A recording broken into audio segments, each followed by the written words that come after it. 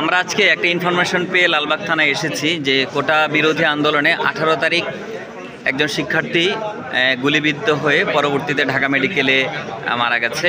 পরবর্তীতে ওই বাচ্চার অভিভাবক লালবাগ থানায় এসেছে, যেহেতু তারা লালবাগ থানার বাসিন্দা এবং ঘটনা ঘটেছে লালবাগ থানার আন্ডারে বা লালবাগ থানার আওতার মধ্যে। কিন্তু এই অভিভাবককে বা মামলার জন্য যারা এসছেন তাদেরকে লালবাগ থানার কর্তৃপক্ষ বা থানার ওসি বা থানার যারা আছেন কর্মকর্তা তারা কেউ মামলা নিচ্ছে না। এরপরে ওনারা বেশ কদিন ধরে ঘোরাফেরা করছেন। পরবর্তীতে 5 তারিখের প্রেক্ষাপটের পরিবর্তন হলো, এরপরে থানায় অফিস ছিলেন না। এরপরে গত 2-3 দিন ধরে আবার ওনারা নতুন করে এসেছেন, কিন্তু থানার ওসি বা থানা কর্তৃপক্ষ ওনাদের মামলা কোনোভাবেই নিচ্ছেন না। যাই হোক, এই ব্যাপারে আমরা ওই নিহত শিক্ষার্থীর অভিভাবক এছাড়া কোটা বিরোধী আন্দোলনের যে ভাই ওনারা আজকে এসেছেন, যে কোনোভাবে ওনারা আজকে এখানে আন্দোলনের মতো বা এখানে ওনারা অবস্থান নিয়েছেন। আমরা দেখতে পাচ্ছি যে অনেকেই এই থানার সামনে আছেন, থানার সামনে অবস্থান করতেছেন। ওনাদের সবার দাবি হলো আজকে মামলা নিতে হবে।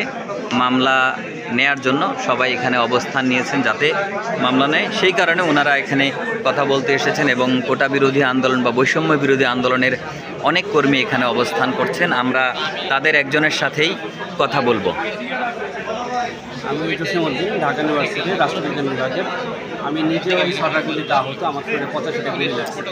তো আমি যখন এটা দেখলাম তো আমি কারণে আসলাম, তো জানলাম যে খালিদ সাইফুল্লাহর বাবা গত 3 দিন ধরে মামলা দেওয়ার চেষ্টা করেছে, থানা থেকেই ঘোরাচ্ছে, তারা চেষ্টা করছেন। তো গত 3 দিন ধরে ওনাকে ঘোরানো হচ্ছে। তো আমরা ঢাকা ইউনিভার্সিটির স্টুডেন্টরা সহ এলাকার অন্যান্য যারা স্টুডেন্ট আছে, বিভিন্ন ছাত্র জনতা সবাই একত্রিত হয়েছে এখানে। আমাদের এই শহীদের বাবা যে মামলা দিতে আসছে, এই মামলা গ্রহণ না করা পর্যন্ত আমরা থানার সামনে অবস্থান করব।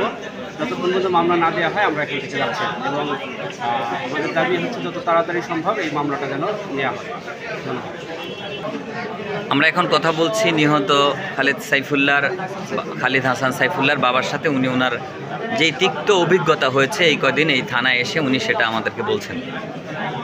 আমার ছেলে খালিদ হাসান সাইফুল্লাহ, আমার নাম কামরুল হাসান। তো বৈষম্য বিরোধী যে ছাত্র আন্দোলন সংস্কারের জন্য যে আন্দোলন ছিল, সেই শান্তিপূর্ণ আন্দোলনে আমার ছেলে অংশগ্রহণ করেছিল 16 তারিখ, 17 তারিখ এবং 18 তারিখ। 18 তারিখে শান্তিপূর্ণ মিছিলে থাকা অবস্থায় বিকাল 5:30 থেকে 6টার ভিতরে তাকে পুলিশ নির্মমভাবে গুলি করে হত্যা করে। আজিমপুর স্টাফ কোয়ার্টারের 7 নম্বর বিল্ডিংয়ের পাশে তাকে আমরা পড়ে থাকতে পাই, মানে আমি পাই না, তার সহসাথী যারা ছিল তারা ওখান থেকে তুলে নিয়ে তাকে ঢাকা মেডিকেলে ইমার্জেন্সিতে ভর্তি করে এবং সেখানকার কর্তব্যরত চিকিৎসক তাকে মৃত বলে ঘোষণা করে। এরপরে আমরা তার লাশকে খুঁজি বিভিন্নভাবে। আমাকে রাত 11টার সময় খবর দেওয়া হয়। খবর দেওয়ার পরে আমি তার লাশ খুঁজতে ইমার্জেন্সি যাই।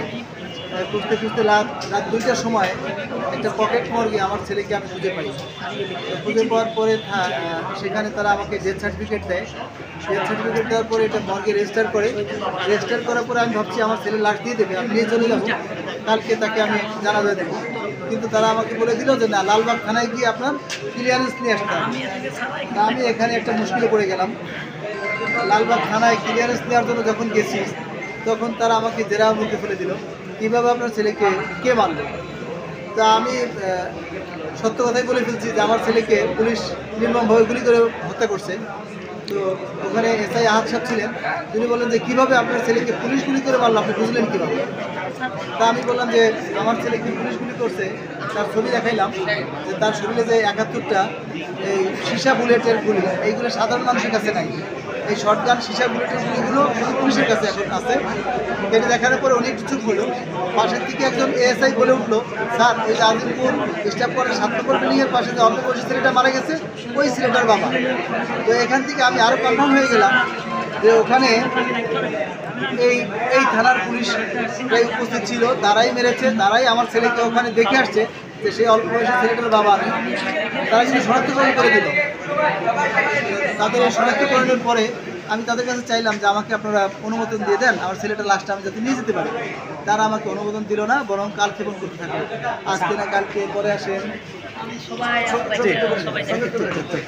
এরপর আমি আজকে গতকাল রাত 11টার সময় আসছিলাম কেস দেওয়ার জন্য।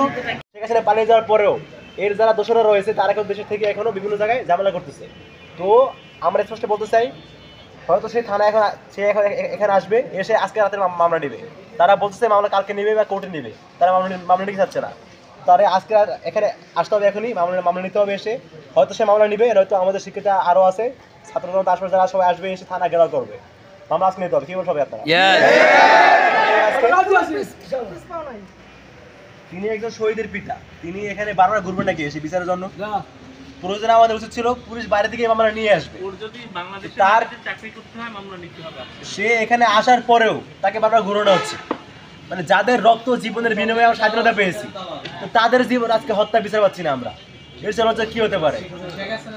এই ধরনের ফেসিদের দালাল যারা আছে এদেরকে পদত্যাগ করতে হবে। এদেরকে এরা যদি ন্যায্য বিচার না করে, এদেরকে পদত্যাগ করতে হবে। আমরা